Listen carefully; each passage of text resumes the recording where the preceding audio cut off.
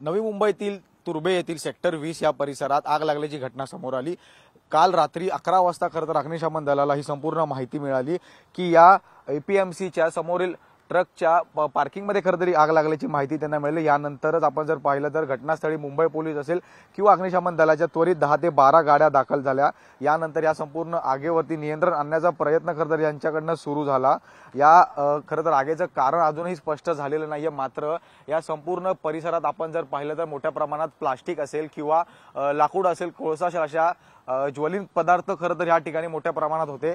आणि त्याचसोबत आपण जर पाहिलं तर मिळालेल्या माहितीनुसार खरं तर या संपूर्ण गोडाऊनमध्ये पार्किंगमध्ये लागणाऱ्या ट्रकमध्ये या प्लास्टिकच्या बास्केट्सचं इम्पोर्ट एक्सपोर्ट होत असतं आणि या संपूर्ण परिसरात सुद्धा मोठ्या प्रमाणात हे सगळ्या गोष्टी ज्या आहेत या पदार्थ प्लास्टिकचे पदार्थ या ठिकाणी ठेवलेले असतात आणि याच संपूर्ण पदार्थांना खरं तर रात्री आग लागली, मोठा भडका झाला। त्यासोबत धुरांचा लोह सुद्धा या ठिकाणी मोठ्या प्रमाणात पाहायला मिळाला। मात्र यानंतर आपण जर पाहिलं तर अग्निशमन दलाच्या 5 तासाच्या प्रयत्नानंतर या संपूर्ण आगीवरती नियंत्रण मिळवण्यात त्यांना यश मिळालं आहे। आपल्यासोबत इथे काही स्थानिक आहेत, आपण त्यांच्याशी बातचीत करणार आहोत। दादा, काल रात्री खरं तर 11 वाजताच्या सुमारास ही घटना घडली, काय नेमकी घटना घडली, कशा पद्धतीने तुम्हाला काय कळली, कल्पना काय सांगणार?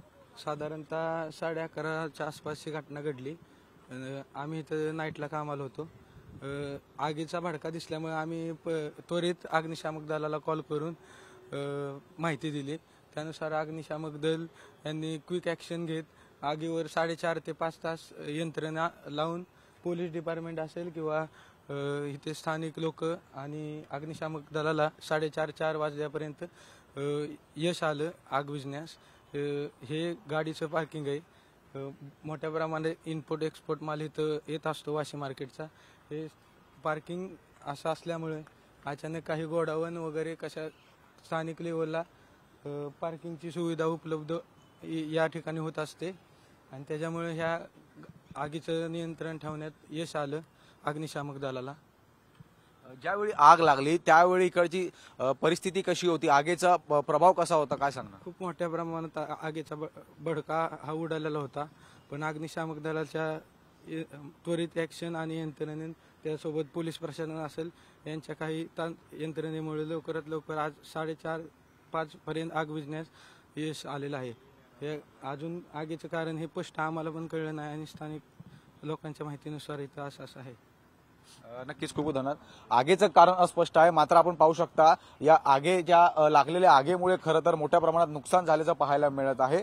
10 ते 12 मोठ्या जड वाहने असतील किंवा इथे आपण पाहू शकता बसेस असतील, जेसीबी आहे, रिक्षा आहे, बाईक आहे, अशा अनेक गाड्या ज्या आहेत ते या ठिकाणी या संपूर्ण भडक्यामध्ये जळून राख झाले। त्याचसोबत आपण जर पाहिलं या ठिकाणी अनेक ज्वलनशील पदार्थ सुद्धा होते। या संपूर्ण ज्वलनशील पदार्थांमुळे खरं तरी आगीचा भडका जो आहे तो वाढला, त्याचमुळे खरं तर संपूर्ण आग लागली या परिसरात। या संपूर्ण आगीचं कारण जे आहे ते स्पष्ट आहे, मात्र आपण पाहू शकता कशा पद्धतीनं नुकसान या संपूर्ण मार्केटमध्ये या गोडाऊनमध्ये झाल्याचं पाहायला मिळत आहे। दूरपर्यंत आपण जर पाहिलं तर आगीचा लोह असेल किंवा धुराचा लोह अजूनही सुद्धा तसाच आहे। मात्र रात्रीचा जो भडका होता त्याच्यापेक्षा आत्ताच्या आगीवरती नियंत्रण जे आहे ते मिळवलेलं आहे। आता नेमकं या आगीचं कारण काय हे लवकरात लवकर अग्निशमन दलाकडून आपल्याला स्पष्टीकरण मिळणार आहे। व्हिडिओ जर्नलिस्ट रुपेश कांबलीसह मी जय पवार, TV9 मराठी, मुंबई।